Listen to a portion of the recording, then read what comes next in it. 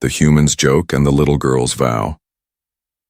The planet Zephyra 9 had been under attack for months. Fires burned across its red deserts, and broken spaceships lay scattered like bones.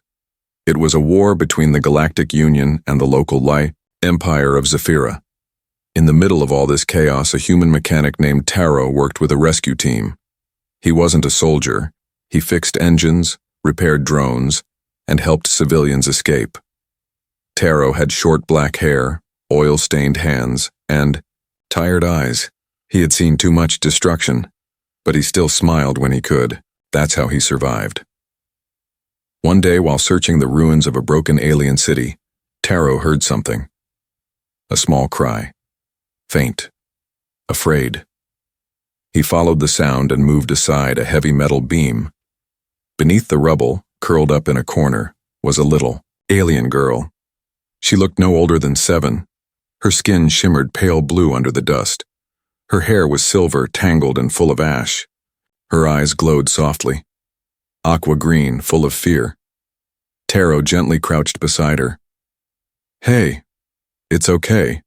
I'm here to help," he said in a soft voice. The girl didn't speak. She just stared.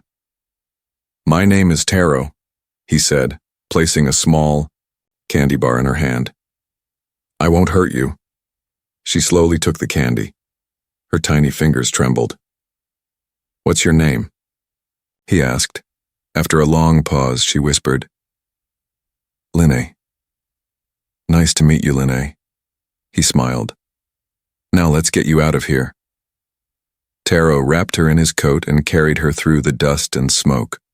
Other human soldiers looked surprised. "You're bringing a child alien?" one asked. "She's just a kid. What do you expect me to do? Leave her?" Taro replied firmly.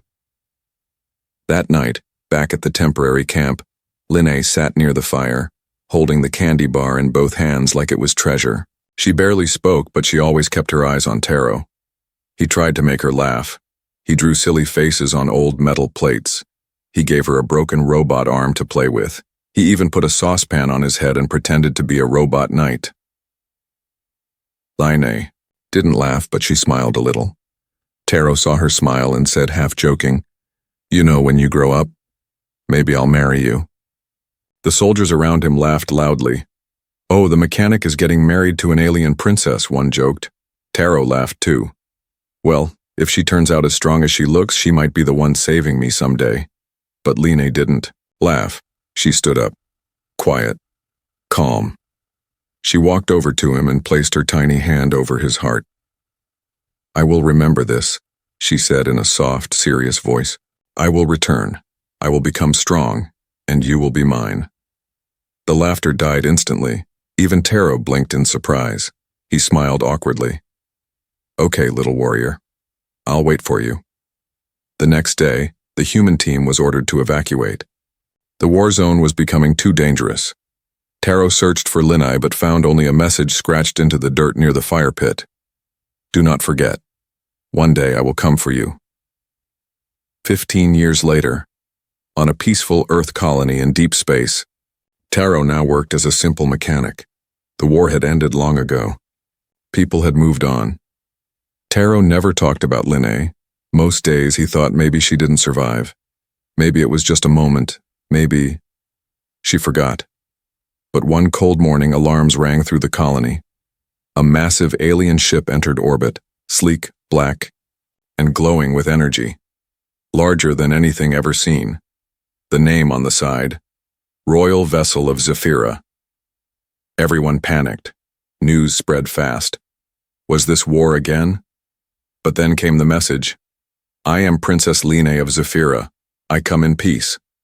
I seek one human, Taro of Earth." Taro dropped his tools. His heart stopped. The girl from the ruins had returned, and she had become something far more powerful than anyone expected. She returns as a princess. The sky above Earth's outer colony, Station 14, had never looked like this before. People rushed to windows, shields were raised, and news channels blared across screens. Above them hovered a massive alien ship, sleek black metal, glowing purple lines across its body, and royal symbols etched into the hull. The ship did not attack, it did not threaten, but it spoke. A calm, strong voice echoed through every communication system on the station. I am Princess Linne of Zephyra. I seek the human named Taro. He made a vow. I have come to claim it. The station froze. Taro, now in his 30s, had been under a transport ship, fixing a broken heat regulator when the message reached him. Covered in grease, lying on his back, he paused. His wrench slipped from his hand. He sat up slowly, heart pounding. Did she say, Princess Linne? His co-worker, Juno, blinked. Dude, isn't that the name of that girl you saved during the war? Taro didn't answer. He remembered her face, dusty, silent, watching him like he was something important. He remembered the moment by the fire, her tiny hand on his chest, her words. I will return. You will be mine. He had laughed back then. Now no one was laughing. Within hours, Earth's United Command contacted the station. A small diplomatic team boarded the royal ship to meet this so-called princess. What they found stunned them. Inside the ship stood a tall, graceful alien woman with glowing aqua eyes and long silver-white hair, braided with violet threads. Her armor was elegant, a mix of metal and silk. She wore a crown of starlight metal and spoke with perfect English. I am not here for politics. I am here for him. The diplomats tried to be polite. Princess, we need clarification. Who is this human you seek? What vow was made? Linne smiled calmly. 15 years ago during war, a human saved a lost child. He spoke of marriage. It was a joke to him. But to my people, such a promise is sacred. I have trained, led armies, and studied your culture. I now claim him. Earth Command was thrown into panic. A royal alien demanding a human based on a joke? No way we let that happen, whispered one general. We don't even know her true intentions. She's royalty, said another. If we insult her, we risk conflict. So what do? We find him. We stall. We figure out what she really wants. Meanwhile, Taro was ordered to report immediately to the surface of Lunar Base, where the alien ship would meet him directly. He boarded the transport quietly. Everyone stared. Juno whispered, Bro, you better marry her. I mean, have you seen her holopics? She's scary hot. Taro just looked out the window, worried. What does she really want from me? Does she even know who I am anymore? The moment he stepped onto the lunar base, royal guards lined the landing path. Towering alien warriors in gleaming armor stood silent. At the end of the hallway, the doors opened, and she stood there. Princess Linne, no longer small, no longer fragile. She walked toward him slowly. Taro opened his mouth to speak, but she dropped to one knee before him. Gasps echoed across the room. I told you, she said softly, I would return for you. Taro swallowed. Linne, I was just a stupid guy back then. I didn't mean... She raised a hand. In your culture, perhaps it was nothing. But in mine, words have power, especially during war. You offered your future. I built my life around that offer. But I'm not a prince. I'm just a mechanic, he said helplessly. She stood tall, her eyes never leaving his. You were kind when no one else was, brave when others ran. And now, I want to know if your heart is still the same. The council tried to step in. This is absurd, an Earth ambassador said. He didn't sign a contract. But Linne replied calmly, I am not taking him by force. I am offering him my hand. If he refuses, I will leave in peace. But if he accepts, our worlds will change forever. Suddenly, cameras flashed. The entire galaxy was watching. Back on Earth, media exploded. Alien princess seeks marriage with human mechanic. From war to romance, Zephyra royal shock. Is this a political move or a real proposal? Every screen played Taro's stunned face and Linne's graceful bow. Millions of humans cheered. Millions of aliens debated. And deep inside, Taro was afraid. If I say no, do I insult her? Do I start a war? If I say yes, do I become part of something bigger than I ever wanted? He stared at the stars above. The same stars where once, long ago, a little girl whispered a promise. And now, she had kept it. She will not let go. Taro couldn't sleep, even though he had been placed in a luxury guest room inside the alien ship. With soft lighting and warm music, his mind refused to rest. He sat on the edge of the strange floating bed, staring at the curved glass wall that looked out into space. What is happening to me? Yesterday, he was a nobody, a mechanic fixing rusty pipes and broken drones. Now, an alien princess had returned from a 15-year-old memory, and she still wanted to marry him. But why? Sure, he had saved her once. He gave her a candy bar and made a silly joke. But that wasn't love, was it? He looked down at his trembling hands. She's beautiful now, strong, powerful, a leader of her people. Why would she want someone like me? A soft sound broke the silence, a chime at the door. Before he could answer, the door opened automatically. Linnae stepped in. She wore no crown this time, no armor. Just a simple flowing robe with patterns of starlight. Her hair fell loose around her shoulders, silver and soft. Her glowing eyes met his.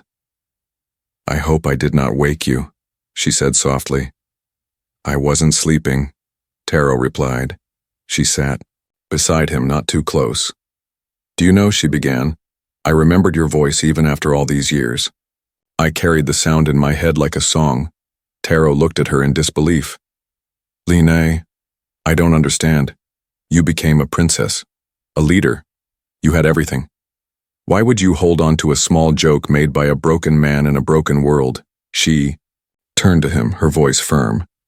Because that joke was the first kind word spoken to me after my whole world fell apart. She paused. My parents died that day. Soldiers crushed our home. I saw friends vanish in fire. But you picked me up, wrapped me in warmth, and made me laugh, even if I didn't know how. Taro stayed silent. She leaned in, her voice trembling. I didn't know what love was, but I knew this. I never wanted to feel that lost again. And somehow, I believed you wouldn't let me. Taro stood, pacing. This isn't love, Linnae. It's a memory. An old dream. You don't know me anymore. I'm not the same man. I don't even believe in happy endings. She looked up, eyes burning with emotion. Then give me a chance to learn who you are now. Let us become something more than a memory. Before he could speak, the ship suddenly shook. Alarms blared. Red lights pulsed. A voice spoke over the intercom. Warning, unauthorized ship detected. Incoming hostile vessel. Identity confirmed. House Valor warship, shields up. Linnae's expression darkened. She stood at once. They found me. Who? Taro asked. Rivals to the throne. They want to stop this bond. They see Earth as a threat if I marry a human. The ship trembled again. Outside the window, Taro could now see it. Another alien warship approaching fast. Why are they attacking? Now? Because I brought you here, Linnae said with guilt. They want to destroy any link between Zephyra and Earth. Within moments, Linnae and Taro rushed to the command deck. Her guards surrounded them, weapons ready. Taro could feel the tension, the fear in the air. This isn't just politics anymore. This is war. A loud voice echoed from the enemy ships. Broadcast. Princess Linnae has broken ancient tradition. No royal shall bond with an outsider, release the human, or face destruction. Everyone turned to Taro. Even Earth's diplomats, watching from secure channels, began to panic. Taro, maybe you should go back. For safety, one official said. Linnae's voice was sharp. No, he stays. If they want him, they will go through me. Taro stepped forward. I won't hide, he said. But if I'm causing danger to your people... You are not the cause, Linnae said. You are the reason I fight. You gave me a future. Now I will protect yours. Suddenly, a blast hit the ship.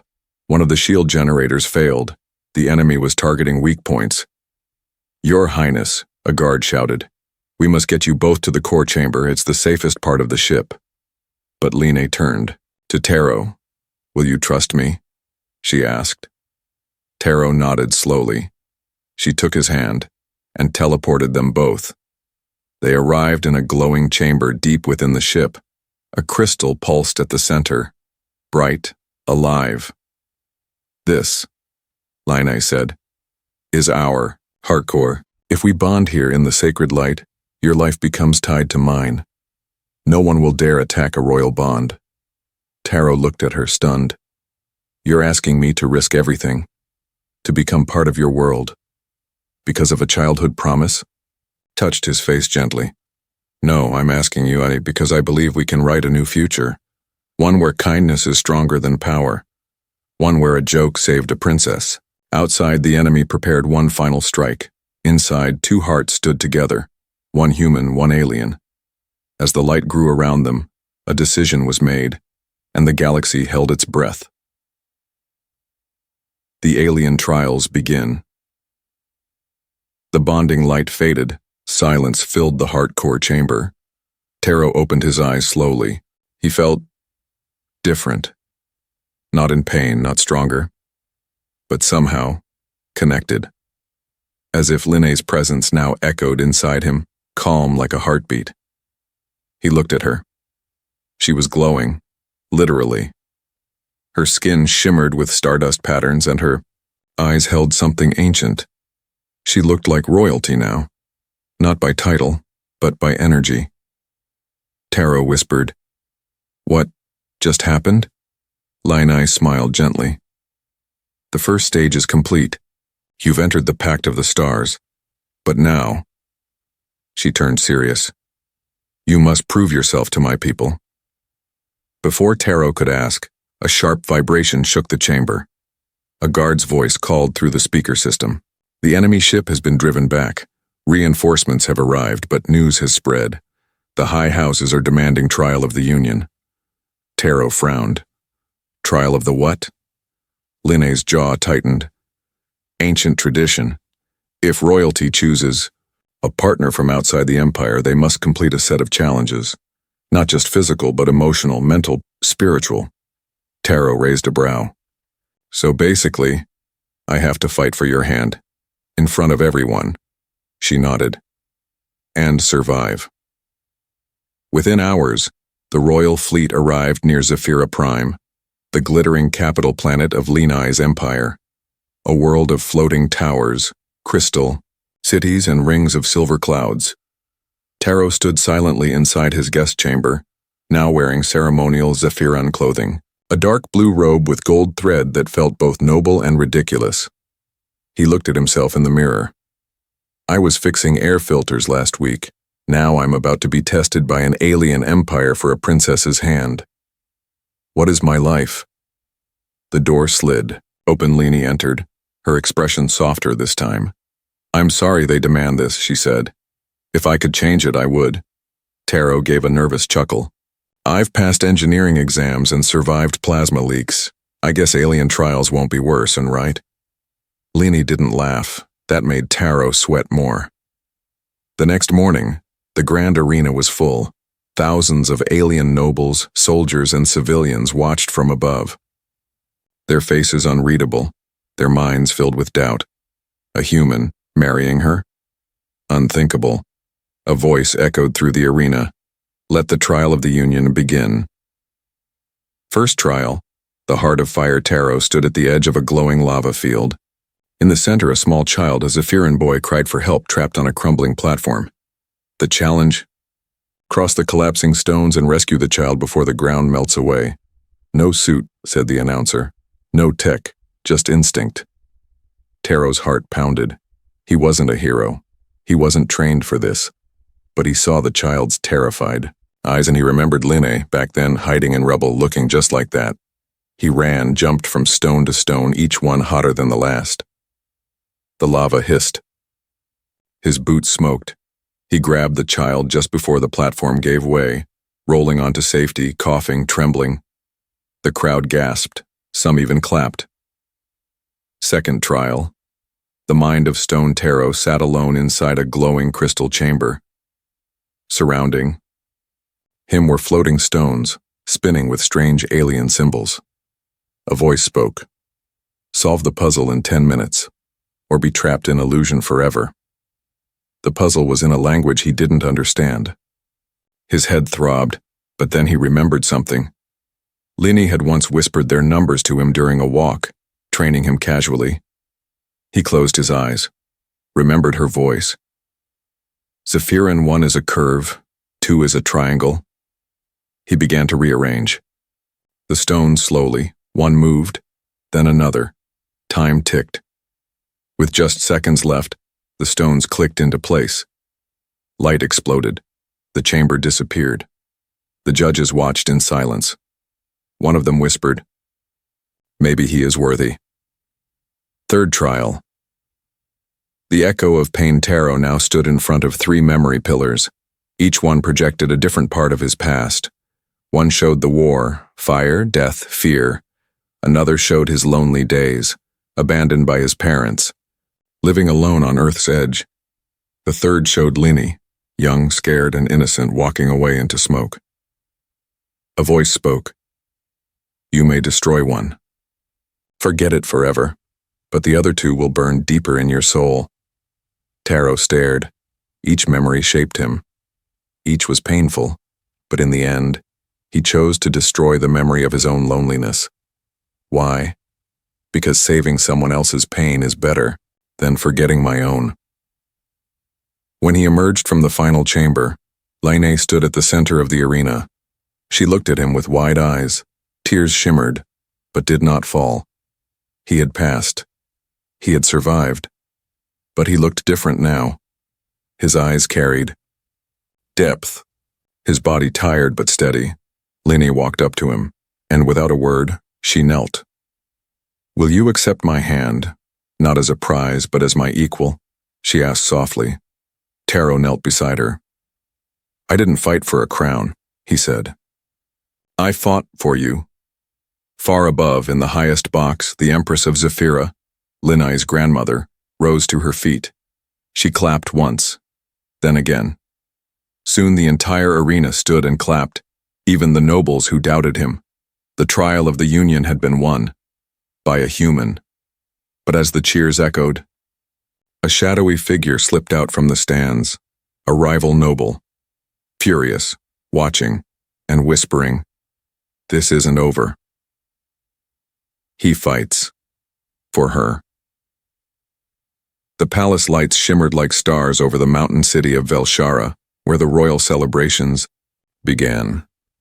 Music echoed from crystal towers, alien dancers twirled like wind, and nobles raised glowing cups filled with golden nectar. The people of Zephyra cheered for their princess and her chosen human. But deep within the marble halls of the Yao palace, Tarot was not celebrating. He stood alone on a high balcony, gazing out at the glowing sky. His muscles ached from the trials. His mind was heavy. He had passed. He had been accepted. But something inside him whispered, it wasn't over. Footsteps echoed behind him. Tarot turned, expecting Linné, but instead, a tall alien figure in dark robes stood before him. His skin was pale violet, his face sharp and angry. This was Lord Cathar, a noble from one of the oldest houses of Zephyra. A former suitor of Linné, a man whose pride had been shattered the moment she chose a human. You do not belong here, Cathar said coldly. Tarot crossed his arms. I just passed the trials. Your people chose. Cathar stepped closer. The crowd may cheer, the Empress may nod, but I do not accept you, and I am not alone. Tarot stayed silent. Cathar's eyes narrowed. She was promised to me, years ago, by blood, by tradition, and you, he spat, you are nothing but a joke that became a mistake. That night, Linné found Tarot in the garden sitting under a tree of glowing blue leaves. She sat beside him. You're quiet, she said. I'm just thinking, he replied. About Lord Cathar? Tarot looked at her, surprised. She nodded. He's dangerous, and proud. But don't worry, I will protect you. Taro smiled weakly. No. This time, I'll protect you. The next morning, disaster struck. A royal patrol ship exploded mid-air during a routine sky tour. 3 guards were killed. The message was clear. This union must end. Council members began to panic. Old nobles demanded Line call off the wedding. Line stood firm. We will not bow to threats. But whispers filled the halls. The human brings death. The empire is unstable. Taro heard them all, and in the shadows Lord Kethar smiled. Later that day, Line's royal assistant, a young girl named Marae, ran into the main chamber, blood on her sleeve, panic in her eyes. They took her, she cried. They took Princess. Line. The room froze. Taro stood up so fast his chair crashed behind him. Who? He demanded. Marae gasped. Kethar's private guard. I tried to stop them. They said, the throne must be purified. A secret message arrived just minutes later. It was from Kethar. It showed Line, unconscious, bound by glowing restraints, inside an abandoned arena in the outer crater zone. Come alone, human. No army, no tricks. If you are truly worthy, prove. Taro didn't wait. He took only what he needed, a blade forged from old Zephyran steel, and the memory of Line's smile. He rode a stolen hoverbike into the storm-ridden mountains, toward the old ruins of Arena Chorus, where Zephyran warriors once fought to the death. The winds howled. Lightning flashed. He arrived at the gates and walked in alone. The arena was quiet. No crowd this time, just stone, shadow, and hate. At the center stood Line, her arms chained, her body still, her crown broken. Across from her stood Kethar, wearing full battle armor, pulsing with energy. I gave you a chance, Kethar growled. I gave you warnings. You refused. Taro clenched his fists. Let her go. Kethar pointed his blade. If you want her, you'll have to earn her. Again. The fight began. Taro moved fast, ducking Kethar's first strike. The alien noble was stronger, faster, trained from birth in combat. Taro blocked a blow, barely. His arm burned. He rolled, slashed low, but Kethar dodged easily. You think love makes you strong? Kethar hissed. Love makes you weak. Taro spat blood. No. Love gives me something to fight for. He jumped, swinging his blade in a wild arc. Kethar blocked again, but this time Taro headbutted him, knocking him off balance. Line stirred behind them, eyes fluttering open. Taro, she whispered. He looked back. I'm here. I'm not leaving without you. Kethar roared and charged again. They clashed, steel against steel, heart against hate. Finally, Taro twisted, dropped low, and drove his blade into Kethar's side. Kethar gasped, stumbling back, but Taro didn't finish him. He stood over his enemy, panting, bleeding. I could kill you, he said, but I won't. He turned away. That's what makes me different from you. Line's chains clicked open on their own. The trial was complete. Line rushed to Taro and wrapped her arms around him, tears falling freely. You came for me, she whispered. Always, he said. Back in the capital, when they returned together, something had changed. Even the loudest nobles went quiet, because Taro had faced not just trials, not just war, but jealousy, hatred, and betrayal. And still, he chose love. The choice that shakes 2 worlds. The news of Taro's victory over Lord Kethar spread like wildfire. Across Zephyra, his name became legend. A human, untrained in noble combat, born from no bloodline, had risked everything to save the princess. Not for power, not for wealth, but for love. Alien children whispered his name in the streets. Elder nobles, once cold, began to bow in quiet, respect. The Empress herself declared, "Let all worlds know, a vow kept by the heart is stronger than any law." But not everyone was pleased. Within the walls of Earth's united government, leaders grew nervous. Secret meetings were held. Fears whispered through high-level chats. If he becomes prince, what does that mean for us? What if humans are seen as a rising power because of this bond? We must speak to him before the final ceremony. Taro stood before a glowing mirror inside the palace, dressed in ceremonial robes for the upcoming bonding day. The moment when he and Linai would officially unite in the sacred ritual that would bind their minds, spirits, and even lifespans. He touched the edge of the mirror. Is this really happening? He had no title, no riches, no experience as a leader. And yet tomorrow, he'd become prince consort of one of the most powerful empires in the galaxy. Behind him, Lini entered. She looked radiant, wearing a dress woven from moon threads, her hair braided in royal silver, but her smile was unsure. There's something I need to tell you, she said quietly. Taro turned to face her. The final bond ritual. It changes you. He raised a brow. Changes how? She stepped closer. Your DNA, your spirit, even your mind. You will begin to think like a Zephyran. You'll live as long as I do. Centuries, maybe more. But you'll no longer be fully human. Taro froze. No longer human? Why didn't you tell me earlier? He asked. I was afraid, she whispered. Afraid you'd walk away? He looked down. Would I still be me? She nodded slowly. Yes, but also more. You'll see things humans cannot. Feel emotions deeper than Earth ever taught you. He stayed silent. That night, Taro was visited by a secret delegation from Earth. They didn't come with weapons, but with questions and pressure. A tall ambassador spoke coldly.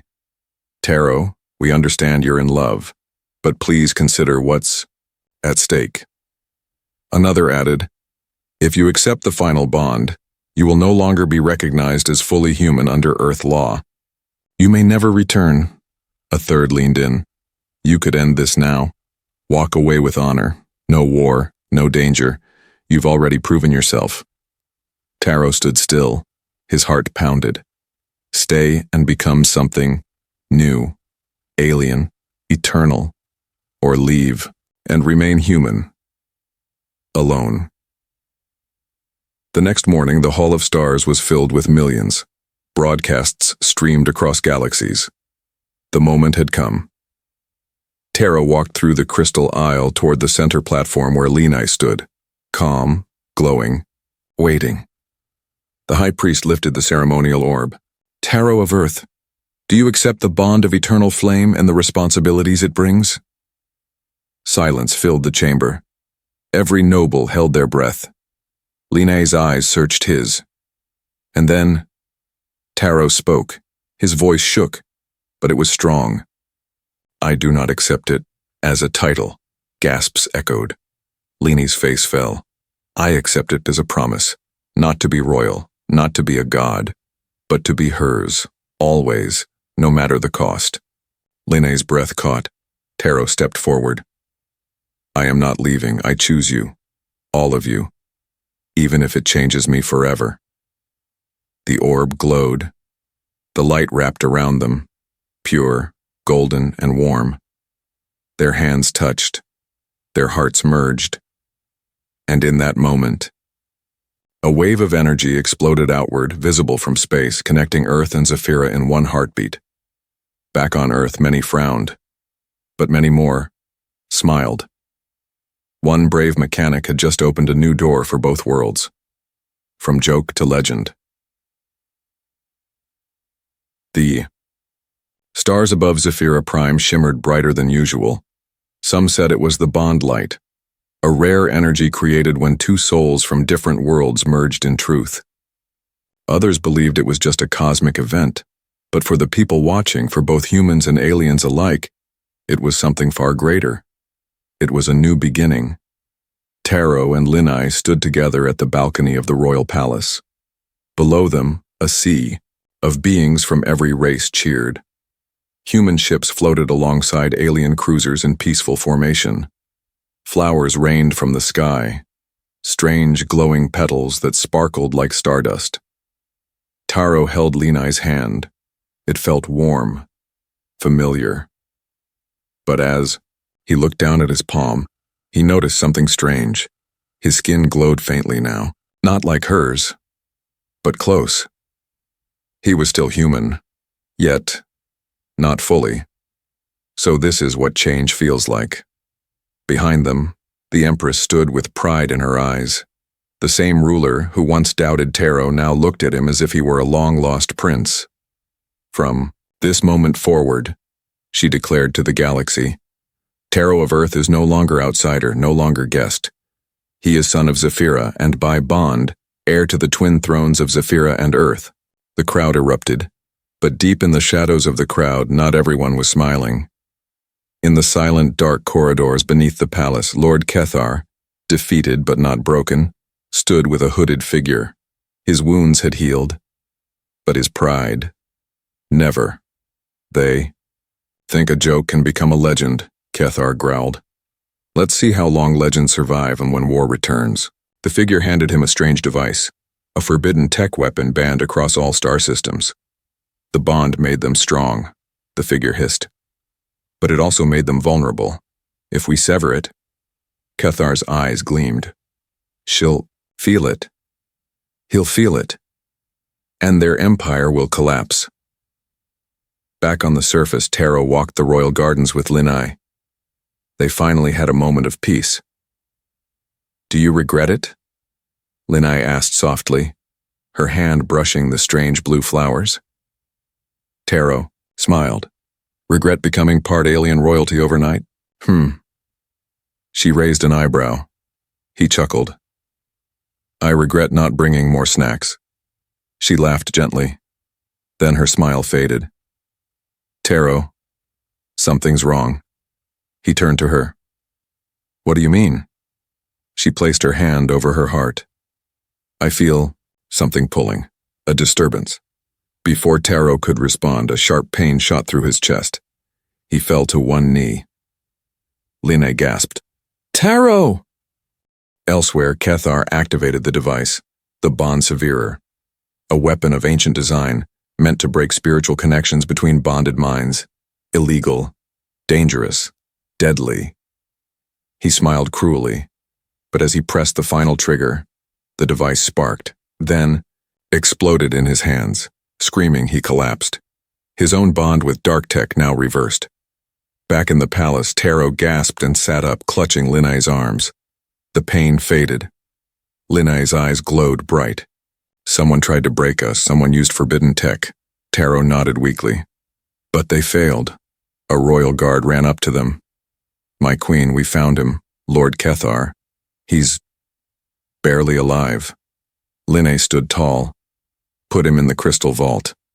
Let him live long enough to witness what unity looks like. 1 week later, the first human Zephyran council was formed. Taro and Linai sat together side by side, welcoming delegates from across galaxies. The bridge between two worlds, once broken by war, was now rebuilt by love. Children from both species began learning each other's languages. Soldiers trained together. Cities began sharing tech, food, art. A joke had become a new chapter in history. In a quiet moment, alone at the old fire pit in the palace garden, Taro found an old metal plate. It was the same kind he used to draw silly faces on, long ago during the war. He picked up a marker and scribbled something simple. I once joked I'd marry her. She turned it into forever. He smiled, then turned as Linai walked up behind him. She looked down at the words, then leaned her head on his shoulder. I was serious, she whispered. I know, he said, and I'm glad. That night the stars watched over them, not as enemies, not as strangers, but as something new, a bonded people shaped by hope, sacrifice, and the most unexpected love story in the galaxy. The story of a joke that became a legend.